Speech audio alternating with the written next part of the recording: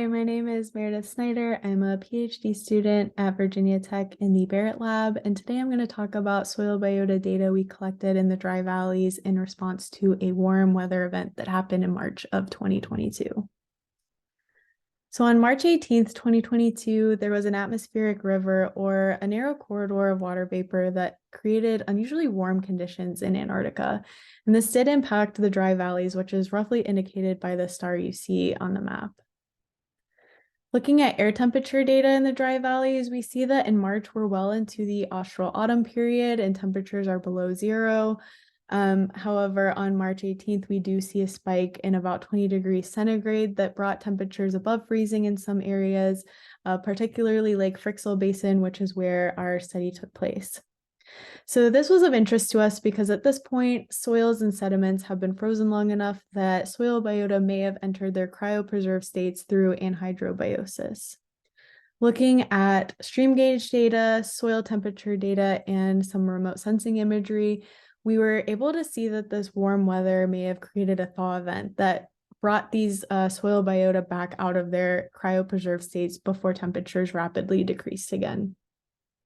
We know that soil biota are may be vulnerable to rapid freeze-thaw cycles, so we were interested in collecting soil in areas that were significantly impacted by this thaw event to see any patterns and changes of soil biota diversity, distribution, or abundance. So our study took place in the Canada ASPA, which is located in Taylor Valley. You can see here that the Canada Glacier in the summer months, the meltwater will go into Canada Stream and creates a habitat for microbial mats and invertebrates such as tardigrades, rotifers, and nematodes. Unfortunately, we're no longer in the field for the month of March, but we were able to rely on remote sensing techniques developed by Dr. Mark Salvatore that looks at changes in surface albedo as an indication for soil moisture. So we were able to identify significantly impacted sites by this thaw versus non-significant and validation sites that actually tended to be more upland of the stream itself and were much drier. So looking at our invertebrate taxa counts at these sites, we see that abundance of organisms increases with areas higher in moisture. You clearly see this with our lower abundance in the validation sites compared to the non-significant and significant sites that tended to be adjacent to the stream or along the stream margins. These data affirm patterns that we have already seen regarding the distribution of biota throughout the dry valleys. So looking at site type comparison specifically, we see that sites that were significantly impacted by this thaw event or had a higher increase of volumetric water content did have higher diversity of invertebrate taxa. Looking specifically at the nematode data, we see that this thaw event may have impacted the nematode species Scottnema lindsayae.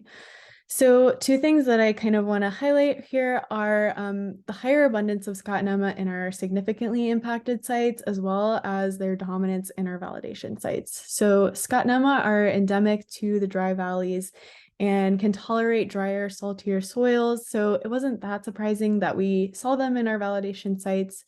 But when we look at wetted soil versus dry soil, we see that Scottnema mortality is higher in wetted soils. But we also see that Scottnema fecundity is higher in our wetted soils.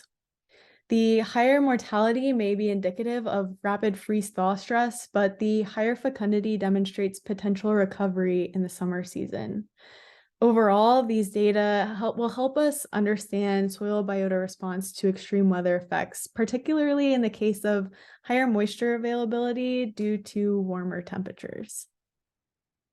So the big picture that I kind of want to leave you with today is it is important to monitor species distribution and diversity in response to climate-driven events, especially in harsh environments that are sensitive to extreme weather.